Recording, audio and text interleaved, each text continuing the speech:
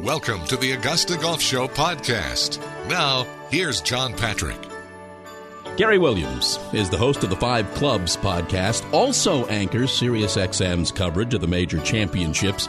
Always a pleasure to welcome Gary Williams back to the Augusta Golf Show. How are you, Gary? I'm great, my friend. I hope you are. It's, at some point we're actually going to put on a sweater in this part of the world and not perspire. Like, when are we going to get a touch of fall, please? I know what you mean. It's my favorite time of the year. It's my favorite time to play golf, but it just takes forever to get to us. Truly. Most recent podcast, I thought a great exchange previewing the Ryder Cup. So let's do this right from the start. For those who think that the Americans will win this thing in a cakewalk, they might have a surprise coming their way next week, right? Yeah, I think so. And I think, people who are paying attention, and I know that the lion's share of the people who listen to your show are the intelligentsia of people who, play golf, love golf, watch golf. So they know that the way that I felt, I think maybe the inclination you had at the beginning of this calendar year, that the United States was well positioned to end this hideous drought, not in a walk, but they were taking over a team unified with collective positive experiences. Whistling Straits, President's Cup at Quail Hollow, even Melbourne in the President's Cup. That this group was going to happen. I'm not thinking that so much anymore. It's not to think that they absolutely can't go over there and do it.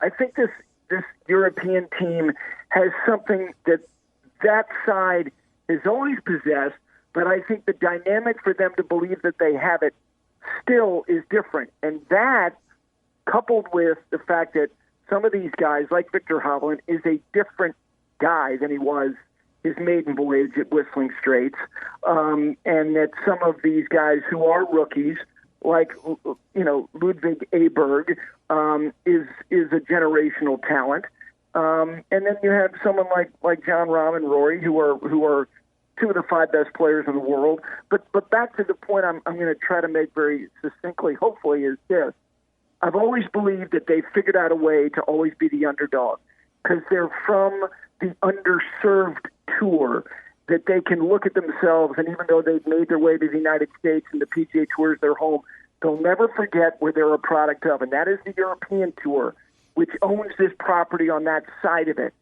Now they can say they're the underdog because all of these bellwether personalities who have been a part of their side for so long are out of the system, and they don't think we can still do this because there's no Westwood and Garcia and Casey and McDowell and Poulter, that they're all gone. So we are really bona fide as the underdog.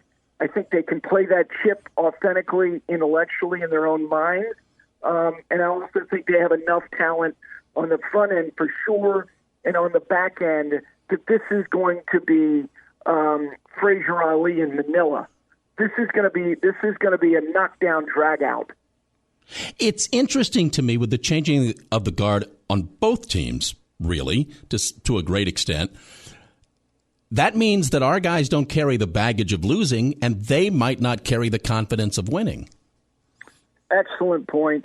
No question, because if you look at this United States team, they've made their big pivot. And when they made that pivot with the likes of, obviously, Spieth, Cantlay, Schauffele, and Thomas, they started to collectively win. There's only one player on the United States team with a losing Ryder Cup record, and they only have, and I say only, they only have 4 rookies.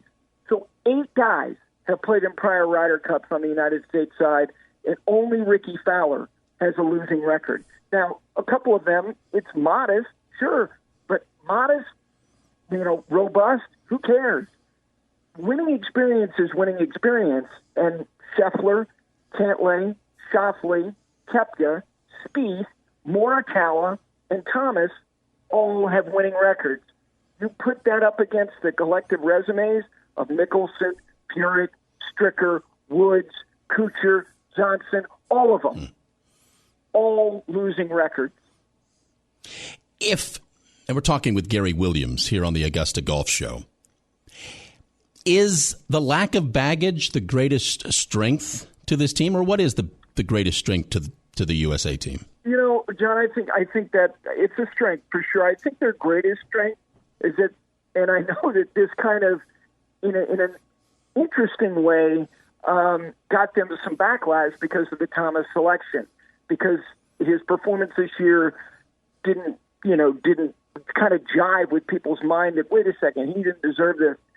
Deserving is the guys who get it based on the automatic qualification process. The balance of this team, of which half the team is made up of, is at the discretion of the captain.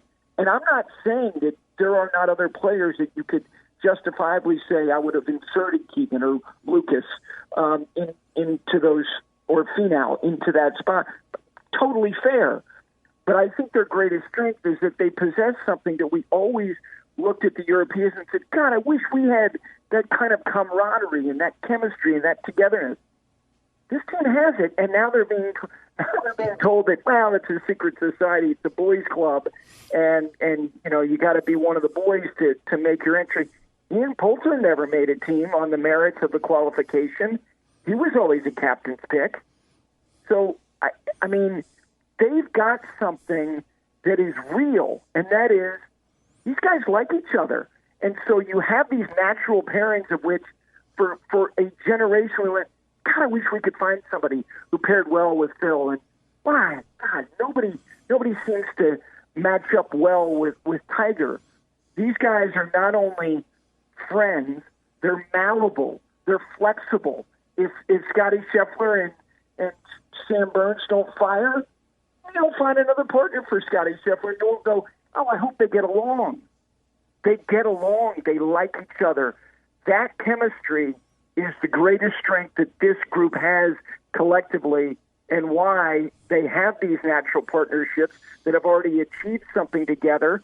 And I expect them to go out, and we've already seen they've announced who's going to be being in these pressers together, these natural pods of Cantlay and Schauffele and Thomas and Spieth. They're going to meet the media together next week when the week starts. Why? Because they're going to be on the golf course together, preparing to play together. So that's their greatest strength. What's Team USA's weakness? I think their weakness is kind of on the back end, and that is Max Homa's first foray into this as a rookie? Will his pairing with Colin Morikawa, who played exceptionally well at Whistling Straits, will they get off to a good start? And Koepka, who's 6-5-1 in the competition, I think it will be initially Brian Harman. I think their personalities jive together. They kind of have that little chip like, really? You want some? I think, and I'm not suggesting that Brooks Koepka is the back end. I think it's the back end of the absence of experience that makes us wonder on the road, can those two pairings and possibly, what they do with Wyndham Clark, who's a major champion. I think the final four pieces are where, look, 5 sessions is not a likelihood for really anybody on the American side. And I really don't even think on the European side, you can say, well, Dom and Rory are going 5. I don't know that that's necessarily the case. I think the back end is the weak part, and you got to get production from the final 4. Let me go back to something you said in the beginning as we talked about the Europeans. How good is this European team? Could this, I know they still need to prove themselves, but Rahm, McIlroy, Hovland, could this end up being as good a European team as we've seen? I don't think it'll be as good as we've seen, because I think, I'm not here to campaign for Lee Westwood's Hall of Fame candidacy, but we're talking about in the collective a group of players that did things that was a level of production internationally and primarily on the European tour that is really impressive. Paul Casey, I don't associate him necessarily with being a European stalwart, but guy's been a really good player for 20 years. Westwood, Poulter, McDowell, Garcia. Sergio Garcia is going to get into the Hall of Fame. Poulter's not. Westwood likely not. But if you look at these guys, not only have they been really good players, contended. Obviously, Sergio won one. Westwood agonizingly close in several. These guys. This is not the big six of Ali and Lyle and Faldo and Langer. It's not of that ilk, but not too many notches below. So we're asking Tyrrell Hatton and Tommy Fleetwood and Shane Lowry, who is a major champion, to continue to be really good for another 10 years. Because that's what those guys did. Can they? I think they can. I think Tyrrell Hatton is a natural-born irritant.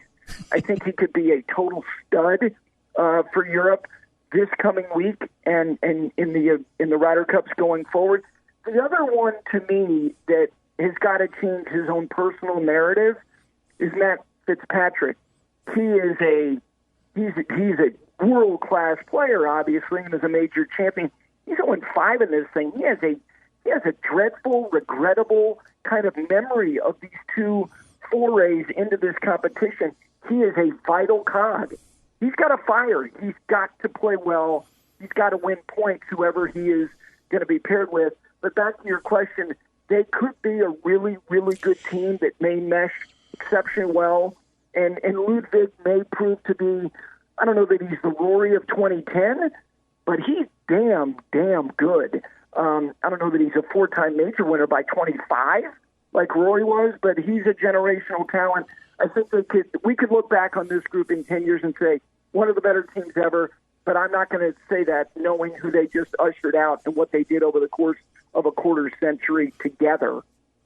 Your point about Aberg, I thought that was that was a pick that said, look, this kid's going to be on these teams for a long time. Let's just get him into the deep end now.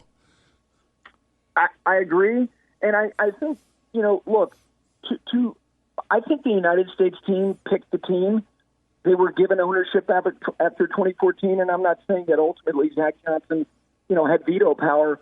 But to your point about Ludwig, that team picked him. That was not just Luke Donald just arbitrarily and unilaterally saying, hey, like it or not, guys, and you can tell me what you think afterwards.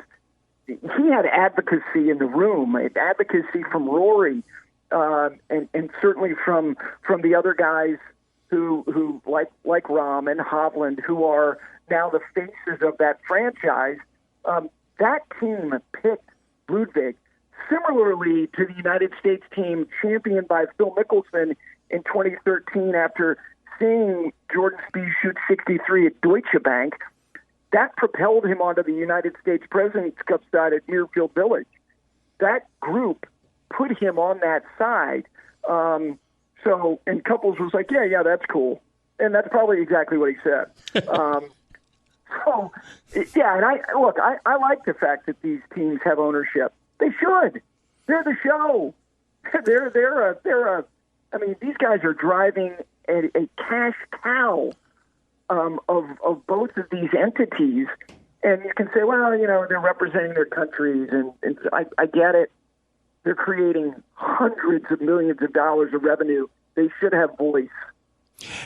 Along those lines, I thought one of the more fascinating portions of the podcast on the Ryder Cup was the conversation you guys got into with Webb about the analytics. And thank you for saying nice things about the people who listen to this program. But I think the conversation that you guys got into opened up a whole can of worms of not even the golfers who love the game realize the amount of importance that's now being placed on the analytics. Yeah, I'm with you. It's interesting. I've been curious about this, not only in golf, but really in all sports. And I don't know how you're wired. I think I know. At the end of the day, these are people playing games. There are the human frailties of being in the heat. Have something to do with the ultimate result. This is not just.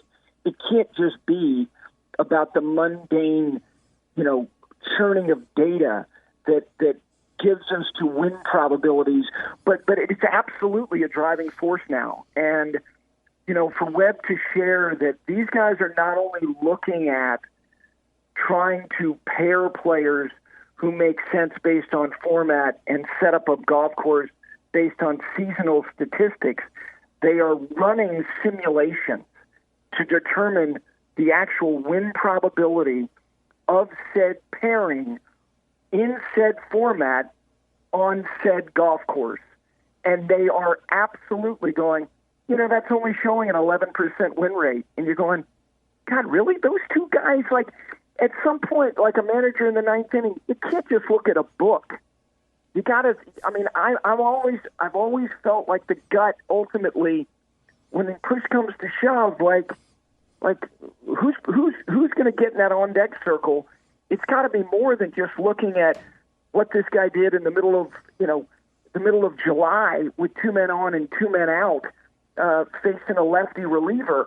And I'm being analogous to another sport, but this is a driving force in golf now. And I remember having a conversation with Brent Snedeker, who was on the front end of analytics as it pertained to his own performance and his own kind of, improvement in the game. And I told him, I said it should be called Snedermetrics, because you're on the front end of all this stuff. That's a huge thing. The nerd herd, as they're called, these guys who are in the room, who probably have more say than Love, Furyk, Stricker, and Couples, the vice captains, because what they tell Zach Johnson is the win probability is his ultimate lean on who goes out there on that first tee. Do you think analytics played a role in Zach choosing JT? No. Okay. No, I don't think so at all. I think now there's one statistic that is kind of the backbone of it, but I think it was more of, hey, look, him and Spieth are that kind of generational pairing that you guys have been begging for us to have, and now we have it. And you're telling me because in stroke play competitions over the course of a calendar year, over 72 holes, he didn't produce like he should have, so I should omit him from a funky, finicky format that is 18 holes of confrontation with your opponents. I'm not doing it. He leaned into his experience, his record, and who he is.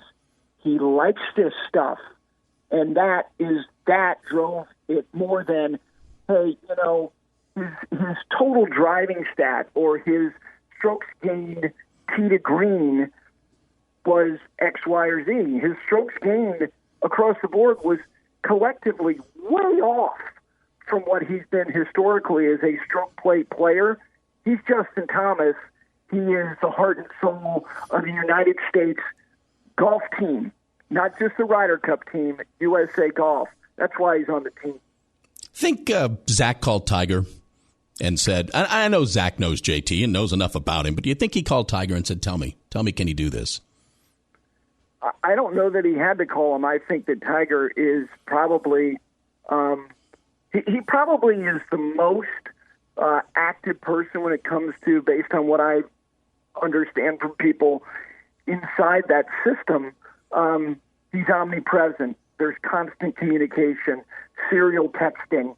I think Tiger's advocacy for Justin Thomas is not one that needs to be verbalized. I think it's known, but I think there's no doubt that if you ask anybody who's a part of USA Golf, who is the most vocal when it comes to talking about this on a regular basis, it's Tiger Woods. And not to mention the fact that the footnote that Tiger, as a captain, Justin Thomas will be a trivia question.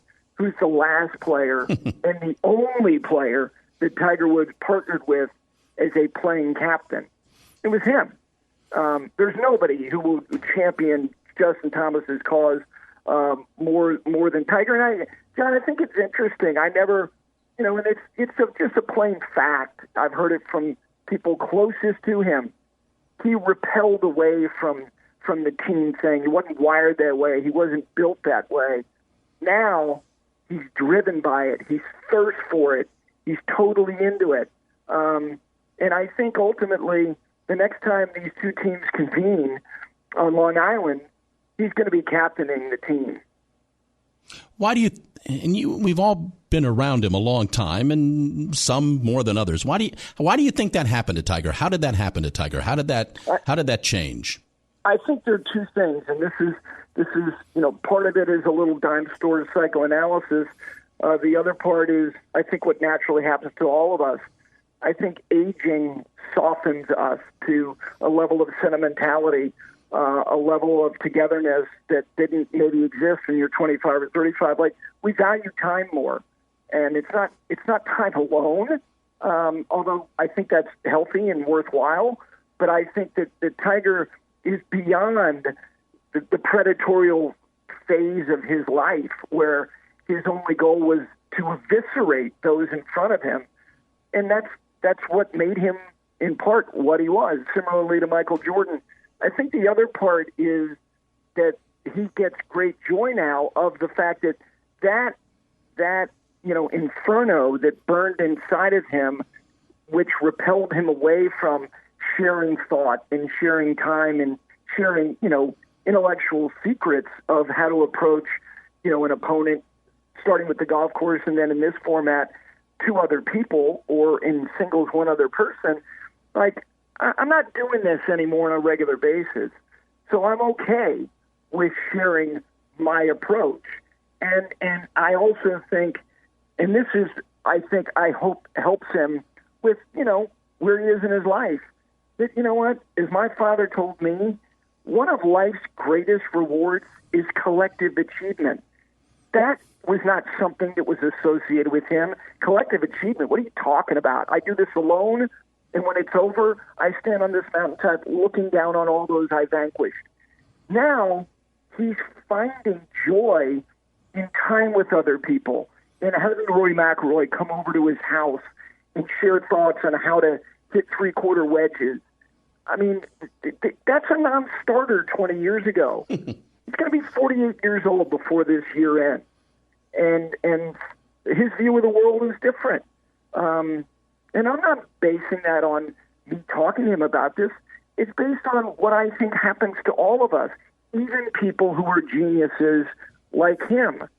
He's transitioned, and he sees things differently. And I also think, as evidenced by you being in these rooms, particularly at the first major of the year, there's a thoughtfulness to him and an engagement and a willingness to provide to other people that did not exist before. And that's fun. It's great to see. I never thought maybe we would see it, but we are.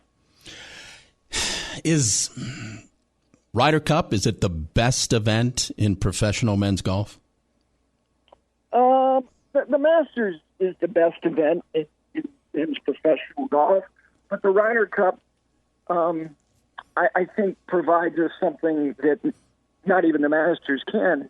The sense of tension and friction and pressure that starts from the moment that the first match stands on that first tee on Friday morning, that there's consequence with every hole.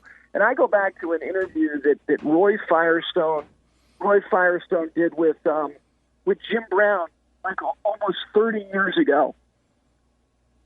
And Jim Brown, who I didn't think knew anything about golf, he said, Roy Firestone was like, well, how do you what do you like? How do you occupy your time? Something like that. And he said, the Ryder Cup's the best sporting event that there is. And I'm like, what? I'm like, what? I'm listening to this live on I can't even remember the show. What was the name of the show? Up Close. Firestone? Up Close. Yes, of course you knew that. So anyway, he goes, why? Firestone asked the best follow-up you can ever ask anybody. Why? And he said, because it's all about one thing, your team. There's nothing on the line other, and you can say, well, your country, yeah. but it starts with the team. There's nothing monetary there's nothing involved in that. This is not about personal achievement. It's not about making the most money. It's about not letting the guy next to you down. And as somebody who played the sport that baseball is a matchup sport, and kind of basketball is a lot about matchups as well. Football, if the left guard lets you down, then by the time you want to make that throw on that seam route, the guy might have a step, but you don't make that throw. So Jim Brown understood that I did it as one of 11, and there was nothing greater than winning the 1964 championship for the Cleveland Browns. And he watched a golf event, not there, but just watched it and could see it and could feel it, the sense of responsibility to one another and what it's like to do it together. I will always say that the Masters is the most significant and greatest and most wonderful annual renewal of a game that we all love. But the Ryder Cup is something that is, it's palpable how much you can sense and feel that they're feeling something they don't normally feel. They play their way into rounds week to week. You don't have a choice on that first tee. Buckle up, because that turbulence is not going to stop until we land this thing. I apologize for asking this question. I try to avoid this question at all costs, but I got a minute. So give me the outcome. What do you think happens? I think Europe's going to figure out a way. I didn't think that at the beginning of the year. I thought the United States team, I thought they were going to go to Paris and win. This team is a better team than that team. This team is a more cohesive team than that team. There are a couple things that had me lean in that direction. I think that USA Golf and the PGA Tour have got to figure out going forward that this is not ideal. Moving the schedule to end in August, a lot of these guys have not played in the cauldron in over a month. I don't think that that's an ideal situation, and I also think that Europe will get just enough from the front end of their guys. I think they will separate Hovland, Rory, Rahm, and I think that they will get. I think Hatton is poised to play well, and I think Victor Hovland is a different guy. I think he's going to be the man of the match.